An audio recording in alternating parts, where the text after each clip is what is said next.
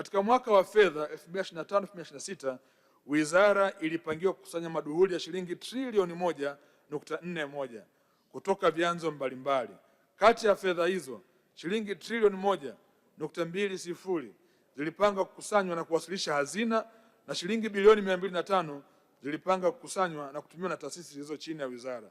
Hadi kufikia Machi mwaka 2026, shilingi trilioni 1.03 sawa na asilimia 114.94 ya lengo la makusanyo ya kipindi husika zilikusanywa na kuwasilishwa hazina. Aidha, ili kuongeza maduhuli ya serikali, wizara imejipanga kuimarisha usimamizi na ukaguzi kwenye maeneo ya uchimbaji, masoko ya madini, vituo vya ununuzi wa madini na mipaka ya nchi. Mheshimiwa Naibu Spika, hadi kufikia Machi mwaka 2026, biashara ya madini yenye thamani ya shilingi trilioni 4.9 imefanyika kupitia masoko na vituo vya ununuzi wa madini ikilinganishwa na shilingi trilioni 2.82 kwa kipindi kama hicho kwa mwaka wa fedha 2024/2025. Mheshimiwa Naibu Spika, wizara imeendelea kudhibiti vitendo vya utoroshaji wa madini nchini unaofanywa na baadhi ya wachimbaji na wafanyabiashara wa madini wasio waaminifu.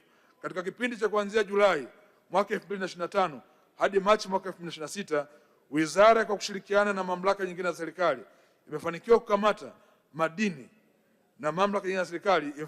madini ya aina mbalimbali yenye thamani ya shilingi bilioni 3.31 katika matukio 55 kwenye baadhi ya mikoa ya kimadini. Aidha, madini yaliyokamatwa yalitaifishwa na serikali na watuhumiwa walifikishwa kwenye vyombo vya sheria.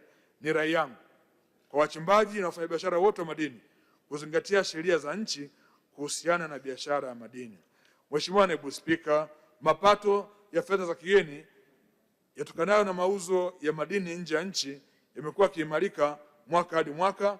Mwaka 2025 thamani ya mauzo ya madini nje ya nchi ilikuwa ni dola za Kimarekani milioni 5.4 ikilinganishwa na dola za Marekani milioni 4.1 mwaka 2024, sawa na ongezeko la asilimia 31.1.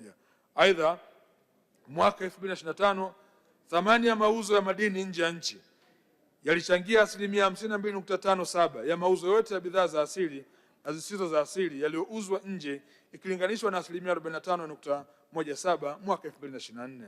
Vile vile, kwa upande wa mauzo ya bidhaa zisizo za asili pekee, sekta ya madini ilichangia asilimia 63.73 mwaka 2025 ikilinganishwa na mchango wa asilimia 56.99 mwaka 2024. Pia thamani ya mauzo ya dhahabu iliongezeka kutoka dola za Marekani milioni 3,419 mpaka kwa mwaka 2024 na kufikia dola za Marekani milioni 4,753 mwaka 2025, sawa na ongezeko la asilimia 39.0. Kuongeza mchango wa sekta ya madini kwenye pato la taifa. Mheshimiwa Naibu Spika, mchango wa sekta ya madini katika pato la taifa umekuwa ukiimarika mwaka hadi mwaka. Mchango huo uliongezeka kufikia asilimia 9.1 mwaka 2023 na kufikia asilimia 10.1 mwaka 2024. Aidha, katika kipindi cha robo tatu ya mwaka 2025, yaani Januari mpaka Septemba, wastani wa mchango wa sekta umefikia asilimia 11.9.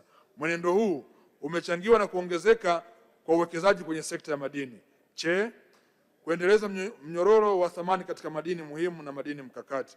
Mheshimiwa Naibu Spika, katika kipindi cha Julai mwaka 2025 hadi Machi mwaka 2026, wizara kupitia Tume ya Madini imetoa leseni 454 za madini muhimu na madini mkakati, yakiwemo madini ya kinywe ambayo ni leseni 271, nickel 136, cobalt leseni 2, lithium leseni 6, heavy mineral sands leseni 11 na rare earth elements leseni 28.